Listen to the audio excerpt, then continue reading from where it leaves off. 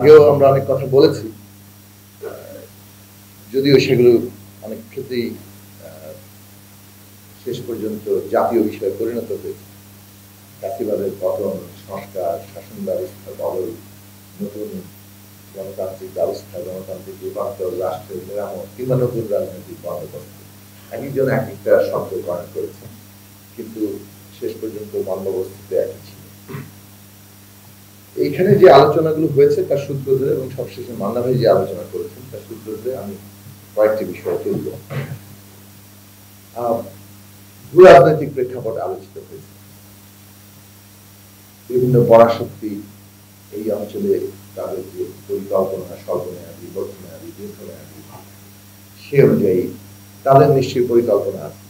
সেগুলোর খোঁজ খবর আমাদের দেশের মানুষরা কম বেশি রাখেন সোশ্যাল মিডিয়ার পরাশক্তি। এটা একেবারে গণপর্যায়ে আলোচনার বিষয়।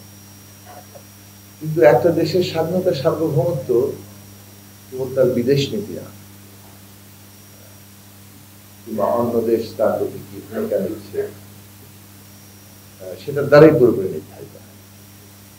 এর অন্যতম নির্ধারক জায়গা হচ্ছে একটা দেশের অভ্যন্তরীণ রাজনৈতিক ব্যবস্থা। রাজনীতির সাথে অর্থনীতি আসবে, সমাজ সংস্কৃতিও আসবে। একটা দেশের রাষ্ট্র যদি এবং রাজনৈতিক ব্যবস্থা যদি তার জনগোষ্ঠীকে ঐক্যবদ্ধ রাখতে না পারে, যেটা তার প্রধান কাজ, জনগণের মধ্যে নানা পার্থক্য, দ্বন্দ্ব আছে, তার মীমাংসা ঘটানো এবং তাকে ঐক্যবদ্ধ রাখা, এটা হচ্ছে রাষ্ট্রের প্রধান কাজ। এই ঐক্যবদ্ধ রাখার কাজটি যদি রাষ্ট্র করতে না পারে, রাষ্ট্র যদি জনগণকে তার ব্যবস্থার বাইরে ছুড়ে ফেলে দেয়, যেমনটা শেখ হাসিনা তার ফ্যাসিস্ট ব্যবস্থার মধ্যে দিয়ে বেশিরভাগ মানুষকে বাইরে ছুড়ে ফেলে দিয়েছে, তাদের নাগরিক অস্তিত্বটুকুই আর রাখেনি, ভোট দেওয়ার অধিকার রাখেনি। শুধু তাই নয়, একেবারে গুম খুন, মানে জীবনের অধিকারটাও কেড়ে ফেলে। সেই জায়গা থেকে এই রাষ্ট্র তার নিজের কাজ, জনগণকে ঐক্যবদ্ধ রাখা, সেটা করার ক্ষমতা হারিয়ে ফেলেছিল, ফলে তার ভায়াবিলিটি হারিয়ে ফেলেছে।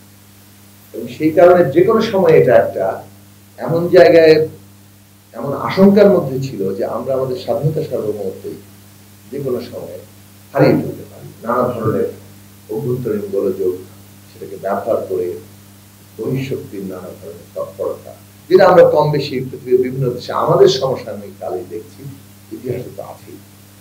কাজে সেই দিক থেকে রাজনৈতিক প্রেক্ষাপট আমাদের আছে, সেটা কোনো কালে ছিল না এমন নয়, কিন্তু সেটা আমরা কিভাবে মোকাবেলা করব তার জন্য আমাদের প্রস্তুতি কি, সেই ডিটারমিনিং ব্যাপার।